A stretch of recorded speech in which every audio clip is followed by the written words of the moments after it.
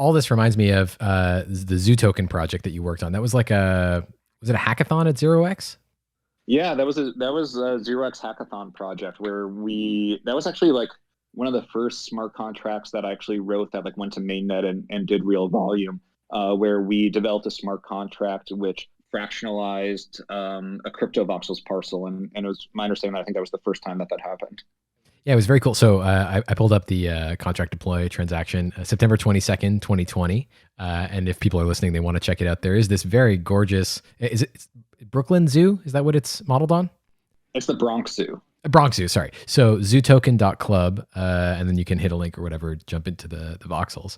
So it's like this beautiful animal filled zoo space. Maybe tell me a little bit about how the project worked from the start, because people could purchase those zoo tokens, right? Yeah, so basically this was like a fun experiment in like neighborhood and like community incentives and like governance. So I have always kind of been interested in group ownership and like group governance, and like that has kind of evolved into some of my party DAO work as well.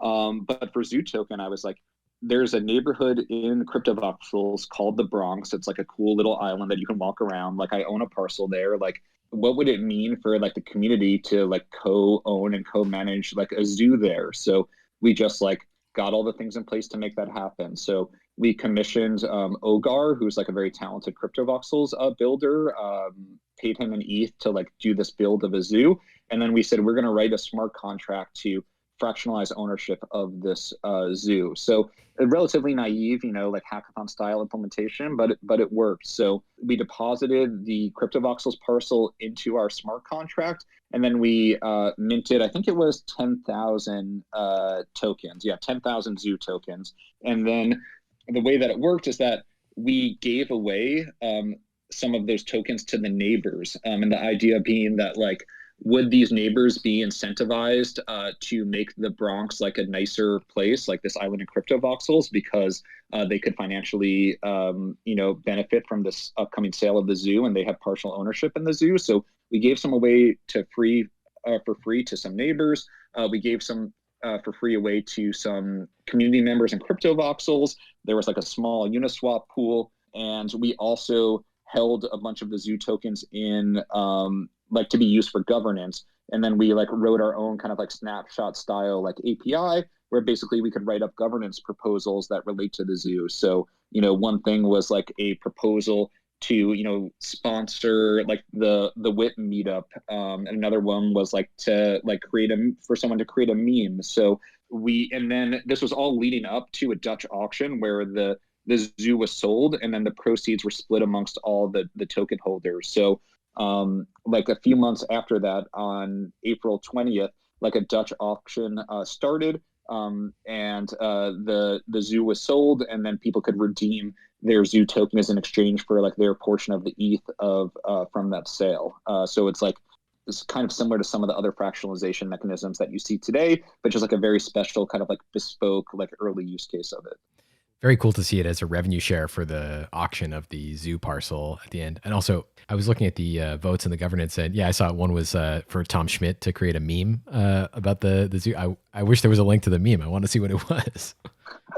Yeah, so like we ended up like we had like a community call. We had like a pretty fair amount of community engagement, but like there weren't any like really meaningful proposals that passed through. But it was still just like a very fun experiment, and like it was very cool to see people like buying the token, reselling the token, neighbors getting on a phone call to like discuss what to do in the zoo and like plan events, and then like have this whole Dutch auction mechanism work and somebody actually engage with it. So yeah, I'm proud of that project as like a relatively novel like early experiment in fractionalization.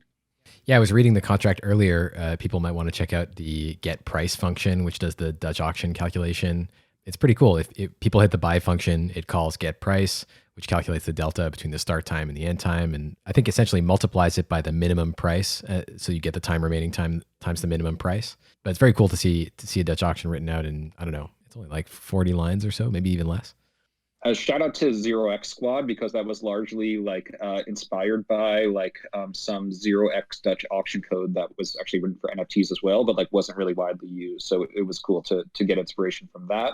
And it's also interesting to see more people do Dutch auctions now. And I think that like the way that we wrote it was like it like ticked down like every block. So like every single block, the price changed. But that basically means that like by the time the transaction hits, like it's like blocks most likely have been mined unless you use like a very high gas price. So like you always need to spend some gas doing like a very minimal refund. So like if I were to do it again, I kind of like these more like step functions where like the price doesn't change every block, like you know X amount of blocks go by and then like it ticks down a certain amount, just to not have to, just to like have more close guarantees about like the price that you see is the price that you'll pay, and not like always having to give a minimal refund because of like blocks passing between you deciding on the price, like you deciding to purchase and the purchase actually executed on chain.